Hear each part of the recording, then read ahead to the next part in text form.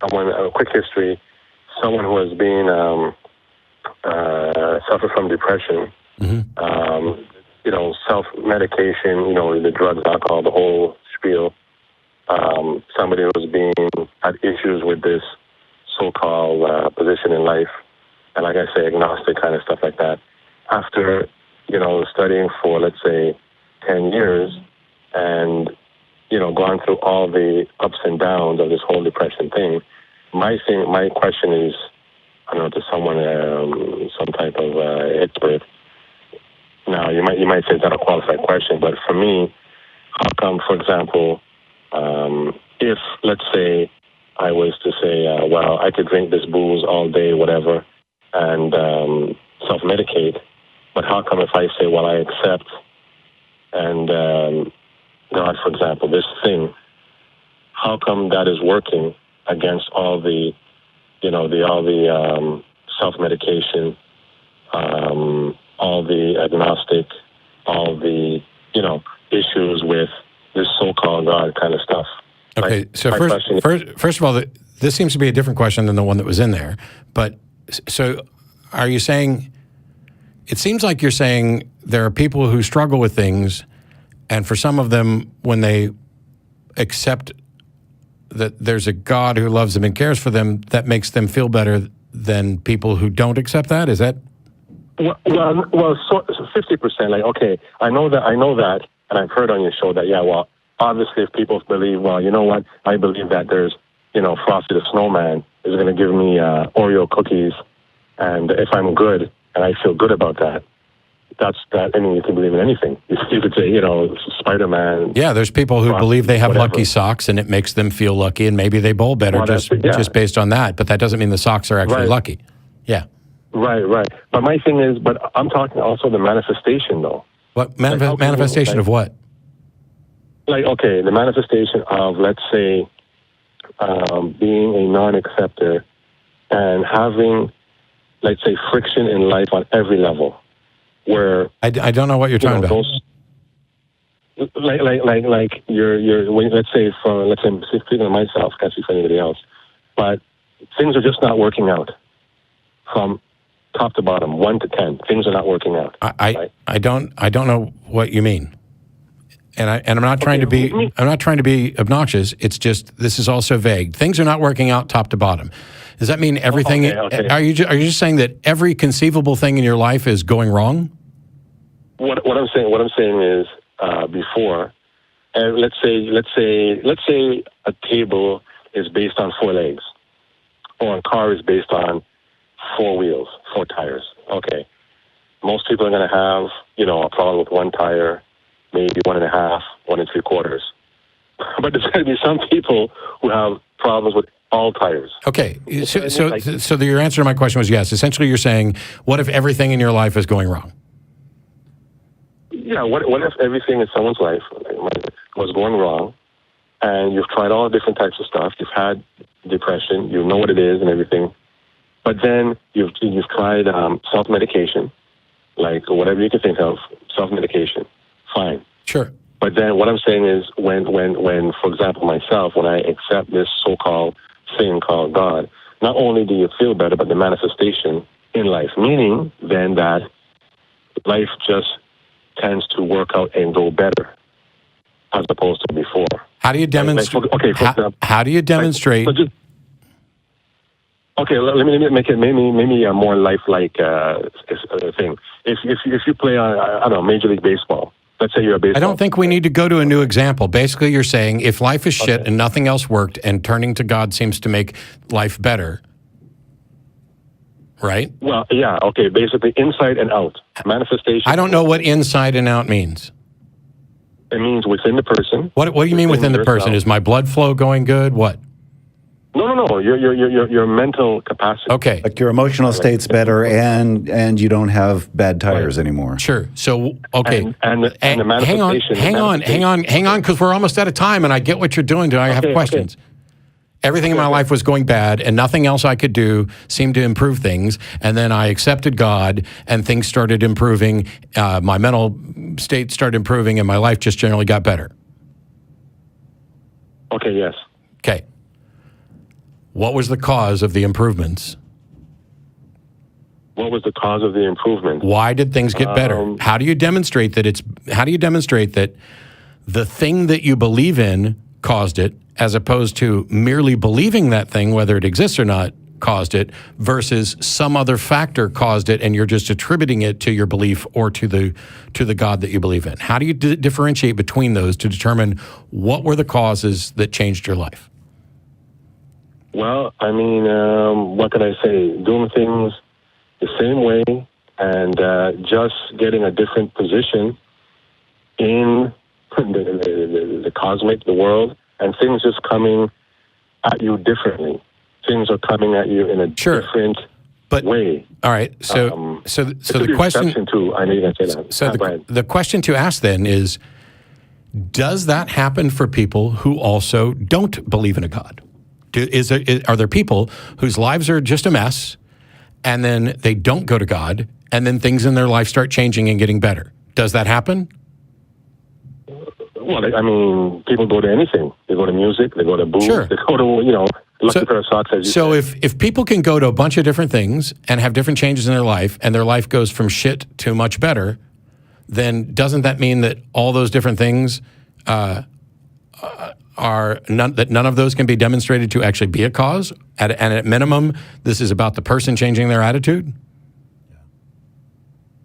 Well, their attitude, I see what you're saying. So, I mean, there's perspective, attitude, that kind of stuff. But yeah, it's not the socks, and it's not God, and it's not the booze. It's the person themselves and how they look at the world.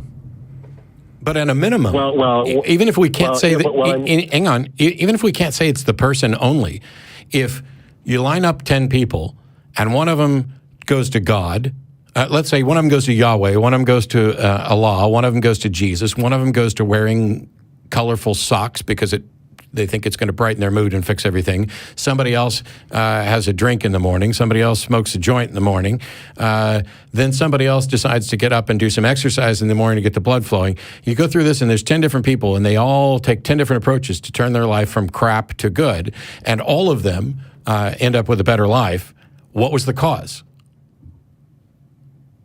What was the cause, you're saying? So, I just basically, okay, for example then, all the things you just mentioned, the booze, the socks, this and that, what I'm saying is someone like myself has tried all that and none worked. Okay, but did it work? I should say temporary. It could work temporarily for me. Okay, why was it only temporary? So you think they work, but they only work temporary. How do you know that what's currently working for you isn't also just temporary? Well, it's all the time. Well, you haven't been to the end of time.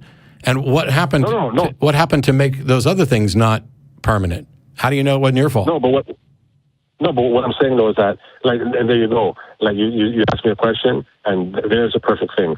Like, for example, and I've heard this, and I've experienced that, where the socks, the booze, or whatever, they'll give you temporary satisfaction and temporary mental, and things seem to be going good. Like, smoke a joint, right? You feel good inside.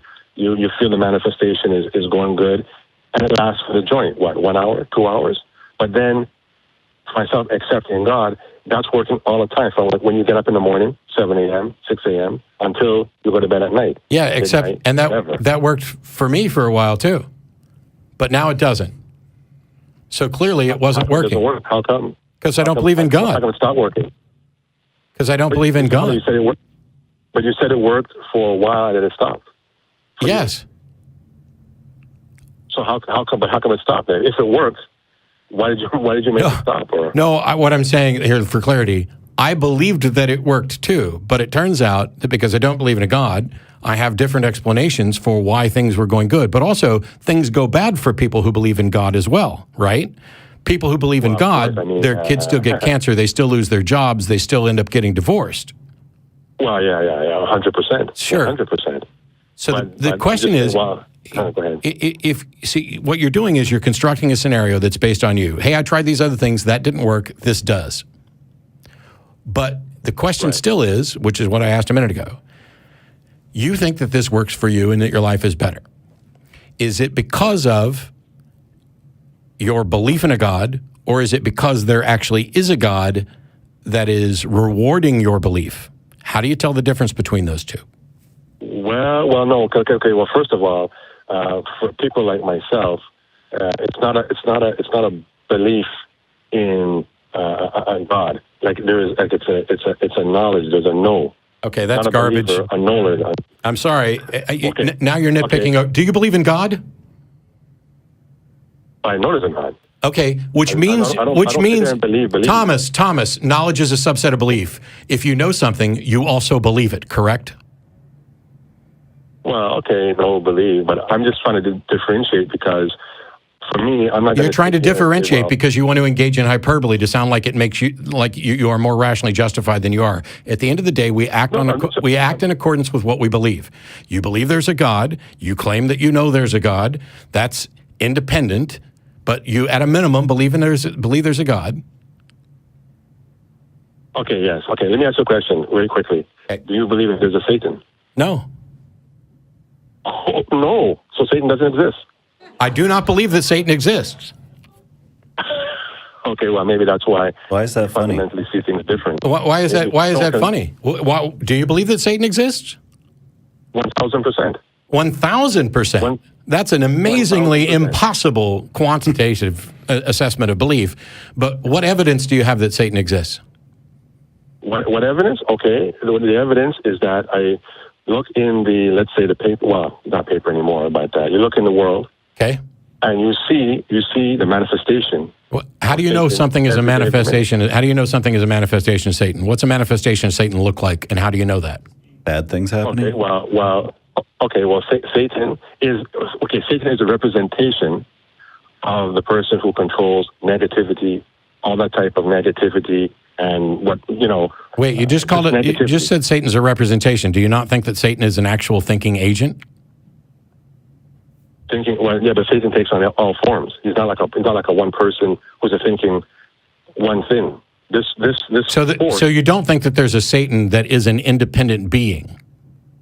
Well, there's a force that's Satan. What force? What kind of force? How did you detect and measure this force? Oh no! I mean, there's a force. There's a force that is. Okay, may the force be with you. How would you detect or measure this force and identify that you're not just calling something a force, even if it doesn't exist? How do you tell the difference? Well, negativity in the world and what we see, there's some force that is making people automatically accept negative. I don't see a force. I'm not aware of any force that makes people automatically accept negative. I don't even know what that sentence means, let alone how I could detect it. Are you telling me you don't see any points of Satan? You don't see that negative force. You don't see any. I don't see any evidence for Satan or a negative force. Do I see people doing things that we assess as immoral? Yes. How do you get to a force? Okay, that type of, here's the thing. Okay, I open up the paper, I see someone do, this type of heinous crime type of stuff. Sure. Okay. And, and it comes down to, hey, if they were to believe, let's say an opposite force then, let's say Frosty the Snowman, let's say he picks that. And he says, you know what, I'm not going to do this heinous crime because if Frosty finds out and sees this, he's not going to give me those cookies at the end of the month. So let's say he doesn't do this. He doesn't do this heinous thing because of this imaginary Frosty. Right? Okay. To me, then that works, and Frosty can be interpreted by this person as real. Because no. The fact that somebody believes something and that belief may have an effect is independent from whether the object of that belief is real. I can believe that Santa Claus is going to reward me, and that may change my behavior, and I may seem to get rewarded, but none of that has any bearing or impact on whether or not Santa Claus is real, or Frosty, or God. Well, we know that Satan is real, though. We don't. Not only do we not know that, I don't believe that. How can you not? Every day, how can you not see that Satan is real? All through history, all through life. Do you believe that Loki is real, or Thor? Why are you cherry picking? Why are you cherry picking Satan to be outraged and befuddled that I don't believe in it? Even more when than there's God. countless others. Do you believe it? Do you believe in karma? Do you believe in universal karma? Yes, karma. Yes. What religion do you follow? Exists. What religion do you follow? Because now you believe in contradictory propositions. No, I'm a non-denominational individual. That doesn't surprise me at all because you just identified two contradictory propositions, karma and a negative evil force, that you believe in. You are so confused you don't even know what you believe in because karma is about personal interactions and whether or not there's some kind of cosmic justice and reward or punishment. It's not about whether or not there's a negative evil force that people are compelled to follow. But the thing is, you're telling me that you see no evidence of the manifestation of Satan. Correct. I've said it 5 times. Is there anything you don't believe in? So you're telling me, okay, so let's Is there anything you don't believe in? Will you just believe anything? No, I won't. Clearly, because you seem to not believe that I don't believe in Satan. No, well, I'm just saying, like in terms of, I don't know. Okay, if we take some type of leader from, let's say, World War II or World War I, okay, you're telling me that people like Hitler, for example. Ah, there we go. You just couldn't remember the war. You don't think that in all of his mentality and judgments and all of those things he did, you're telling me that you don't think Satan is there anywhere in Correct. any department. Correct. You think Satan is not there in any form. I have no reason to think that there's a Satan there because there's no reason to think that this is. Oh, you can laugh all you want, but the thing is, humans do bad things, and human minds are often flawed and engaged in bigotry and bias and irrationality, as is evidenced on many of these calls. And so when you have bad processes of thinking and you get garbage input, you are going to get garbage output. And there are people who are hateful and bigoted, and I agree with you that this is wrong and immoral, and you may even colloquially refer to it as evil, but I don't see how this is evidence for Satan or how this is evidence for a force that these people were unable to overcome. Well, I got to first tell you that very quickly, I'm not a religious person per se. Like, I'm not going to sit here and tell you about a book that I know 1,000% has been. Yeah, you know that there's a Satan 1,000%. Where do you think, outside of the book that you don't want to give 1,000% credence to, where else is there an idea of Satan? Well, I thought it was so obvious that we wouldn't have to even discuss this because, like, I mean, are you thinking that Satan is like a person, Satan is a former angel of Yahweh. Yeah, okay, but don't think so you're co-opting. Hang on, you're co-opting the name Satan, and you're applying it to a force of evil that you see evidence for, even though you cannot identify this force and detect it or show it in any way. You just basically see people doing bad things, and you call that a force that you're then going to label Satan. That's utterly dishonest. How come there's no force to stop it then? How come there's no equal force to stop Hitler and countless?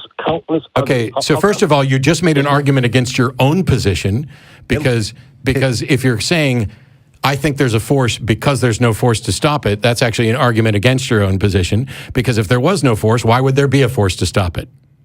Hitler was stopped. What I'm saying, no, but I'm just saying, I'm saying, how come all the evil generals that people have done evil stuff there? Right? Okay, they have one force in their mind based on whatever negative experience. What is this force you keep talking about? The force that makes the manifestation. It's not force. It's how do you demonstrate that a force is making people do something as opposed to their brains are making them do something? How do you tell the difference? But what are their brains being fed? Okay, information. Do you believe that people are designed to worship something? No, I don't believe that people are designed at all. Okay. Well, we'll never see eye to eye because. Okay, bye. By the way, probably not. Anybody who says we'll never see eye to eye no longer is worth talking to.